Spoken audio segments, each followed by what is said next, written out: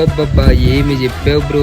ఈ కూటమి పార్టీ దొంగ నా కొడుకులు చేసే పనులు ఏం చెప్పావు, ఎరగదీసేసావు పో.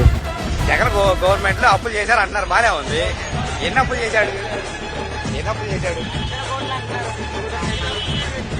10 లక్షల కోట్లు అన్నారు, 15 లక్షల కోట్లు కూడా అన్నారు. మన బడ్జెట్ లో ఎంత చూపించారు? 9,50,000 కోట్లు. అంటే స్పీకర్ చేత కూడా అబద్ధాలు చెప్పగలరు వీళ్ళు. సరే అప్పులు చేశాడు అనుకున్నాం, 10,000 ఆర్టీకేలు పైరే కట్టించాడు, సచివాలయం 15,000 పైరే కట్టించాడు, మెడికల్ డిపార్ట్మెంట్ బాగా అభివృద్ధి చేశాడు, ఉద్దానం ప్రాజెక్ట్ కట్టించాడు. మన పిల్లలు ఇక్కడ ఉన్న ప్రతి ఒక్కడికి రాని పథకం ఒకటి చెప్పమని, ఒక్క పథకం ఇంట్లో ప్రతి ఒక్కడికి వచ్చింది. రాని వాళ్ళు ఒక్కరు కూడా ఉండరు. ప్రతి ఒక్క ఇంట్లో ఏదో పథకం వస్తానే ఉంటుంది, అవునా?